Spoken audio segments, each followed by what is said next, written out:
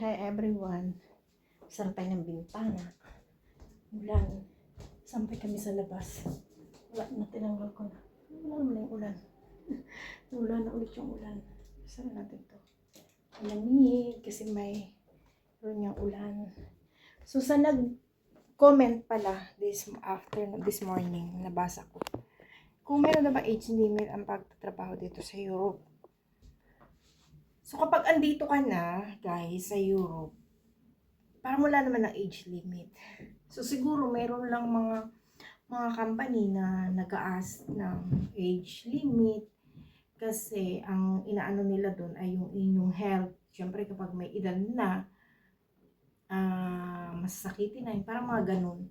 Pero, karamihan naman kapag may employer ka na dito, wala namang mga age limit na hinihingi kasi mga kasamahan ko naman dun sa school, mga 60 na sila, mayroon pang 70, as long as kaya mo pang magtrabaho at depende rin nga talaga yun sa employer mo kung i-hire ka pa nila o kahit ikaw ay may edad na. Pero kung ikaw ay mag-i-start pa lang na pumunta dito sa Europe, for example, kasi dito sa Paris, sa France, wala namang direct hire o wala mga agency na nag-hire.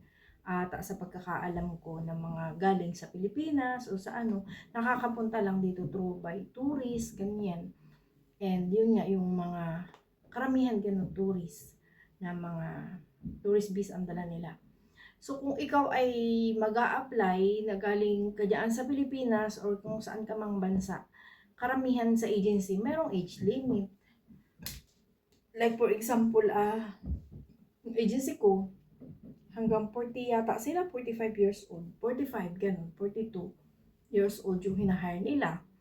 So, kaya naman yun sila nag-age limit nga. Kasi nga, kapag may edad ka na, minsan kasi hindi ka na rin capable na magtrabaho, masasakitin ka na, paano nga naman yung pagdating mo dito ay magkasakit ka, yung mga ganun. Kaya inaano din nila yung physically fit ka at saka yung medyo bata pa. Pero kung andito ka na sa Europe, wala na guys, parang wala nang mga age limit. Kahit doon sa factory, kahit sa factory worker ka, kahit doon sa factory na pinanggalingan ko, wala naman doon mga age limit kasi karamihan doon mga matatanda naman na yung mga nagtatrabaho doon.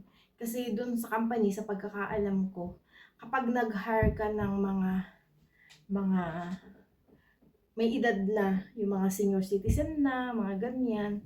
Kasi karamihan doon, marami pa rin nagtatrabaho na gano'n doon. Naliles yung tax ng company.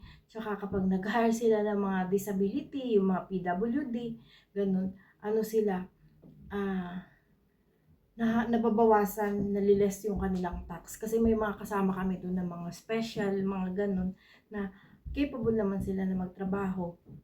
Yan. Dito kasi wala naman ditong discrimination na kagaya dyan sa Pilipinas na kapag Pero alam ko sa Pilipinas ngayon parang mayroon na rin mga tumatanggap ng mga PWD, di ba?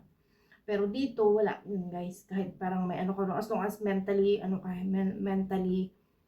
mentally healthy ka and yung karamihan nga doon parang yung may kasampa ko doon dati na Ukrainian din yun siya. Na lalaki, parang may something problem nga siya sa isip eh. Pero yun, hinire man yan siya. Kasi yun nga daw, kapag daw nag-hire ka na mga may disability, mabawas yung tax. Nababawasan yung tax na binabayad ng company. Hindi ko lang din sure, parang gano'n. So in short guys, yun, kung sa Pilipinas magagaling, ulitin ko ulit, yun, merong age limit, syempre, no? Sa agency naman yan. Pero pag andito ka na sa kumpanya dito sa France or dito ka na sa France, may employer ka, depende yan sa employer mo kung i-hire ka pa niya. Kasi ako naman, may edad na din ako, di ba guys? And doon pa rin naman ako sa employer ko. Tapos, sa factory naman, ganoon din. Mga kasamahan ko doon, mga senior na, mga 70 na. Sa park nga, sa park dito nga sa France, magsusundo ka naman sa school. Kasi ganun karamihan naman mga trabaho dito, magsusundo ka sa school, Siyempre, pag may edad ka na, hindi ka na masyadong magaling sa sa paglilinis, mapagod ka dahil iba ang linis dito kumpara dyan sa Pilipinas. Dito talaga as in malinis dapat and may mga chemicals na mga ginagamit. So, pero kung ikaw naman ay like magsusorte ikaw lang, yung magsusort ka, magpi-pick up ng bata sa school, yung pwede yung mga matatanda. Kasi may mga kasama nga ako dun sa school na ano na, mga 70 na, nagtatrabaho pa sila. Mag-ano ka lang naman kasi hindi magsusundo ka lang sa bata. Tapos papakainin mo lang sila, mga ganun. Sasama mo sila sa mga activities. Yan. And then, syempre, kapag ano, pag ganun, kailangan mo pa rin dapat ano ka, physically active na, syempre, lakad ng lakad dito eh. Sunod sa school, maghati ka sa mga activities ng bata, yan. Pero dito naman kasi, kapag ano, kahit yung mga karamihan natin mga kababayan dito na may mga edad na guys, hindi sila mukhang ano ba, kahit 70 na sila, hindi sila mukhang 70. Kasi nga, nag-ano sila eh. Iba yung lifestyle dito. Hindi siya gano'n nakagaya sa dyan sa atin sa Pilipinas. So, yun lang. And, ano pa ba? Yun nga, nakabalik na pala ako dito sa Paris. Dito na ako sa Paris. Pala, hindi Paris. Dito na ulit ako sa Paris. And, tapos na yung ating summer holiday. It's not summer holiday, it's working summer holiday ko. May pasok, may trabaho ako, nagtrabaho ako doon sa isla. And nakabalik na ako noong Huwebes. Kasi nga, yung si Mamina, yun, kinuha na siya ni Lord. Yung naalala nyo kung nanonood kayo ng mga vlog ko, yung pinupuntahan ko doon sa isang bahay na wala na akong ginagawa doon, sinasamahan ko lang siya. So, kinuha na siya ng Panginoon, na kay Papa Jesus na siya. So, kaya, yan, back na tayo sa Paris, guys. Flex. Yung ating tap-tap send. You can send money back home to our loved ones in the Philippines using our tap-tap send, guys.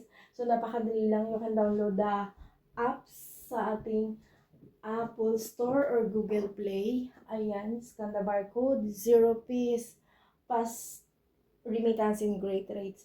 Para ngayon, 66.50 something yung ating rate. And then, may 20 euro bonus ka kapag ginamit mo ating promo code na GFA8 sa una mong send. And yun din guys, spend our hard-earned money wisely. Invest natin yung ating mga pinagpaguran. Palagi ko yung sinasabi sa ating mga vlog. Yung ating mga pinagpaguran, invest natin sa tama. Kung naghahanap ka na mga investment mo, house and lot, and condo 10. Meron po tayong Santa Lucia land. Yan, meron tayong project all over Philippines, 200 plus projects. And, yeah, you can message me guys also kung interested ka. And, naghahanap din kami ng marketing consultant na, yun, mga additional income ba. So, yun, you can earn, depende sa ano mo, kasipagan mo. So, yun. And you can earn commission. Kagaya sa akin, so may commission na tayo sa ating Santa Lucia land. And yung commission natin, nagagamit na natin yun sa pangbayad ng ating property. So, yun. We keep going lang. And yeah, God bless us all guys. Maraming salamat sa patuloy na nanonood, sa patuloy na sumusuporta sa ating YouTube channel. Kahit hindi tayo palagi nakakapag-upload ng ating mga videos, ay nandiyan pa rin kayo para supportahan ako. And maraming salamat dahil syempre yun nga laging sinasabi na na-inspire ka sa mga video ko. Ganun din ako sa inyo guys. Patuloy akong gumagawa ng video kahit sobrang busy natin para sa inyo.